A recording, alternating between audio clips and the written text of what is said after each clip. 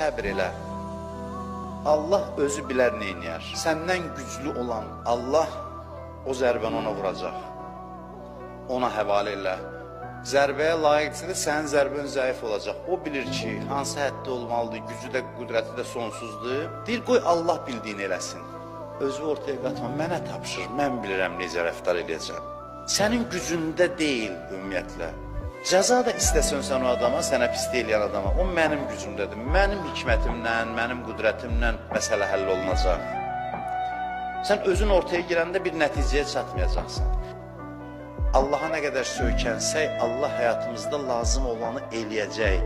Əgər bizə bir pislik eləyən ağır cəzaya layiqdirsə, Allah deyir, mən bilirəm nəyə layiqdir və mən layiq olduğunu ona verə bilərəm o cəzanı. Deyir, səbr elə, özdə gözəl səbr. Bəzən biz səbr eləyirik, amma Allah kəssin o səbri. Səbr belə olmur.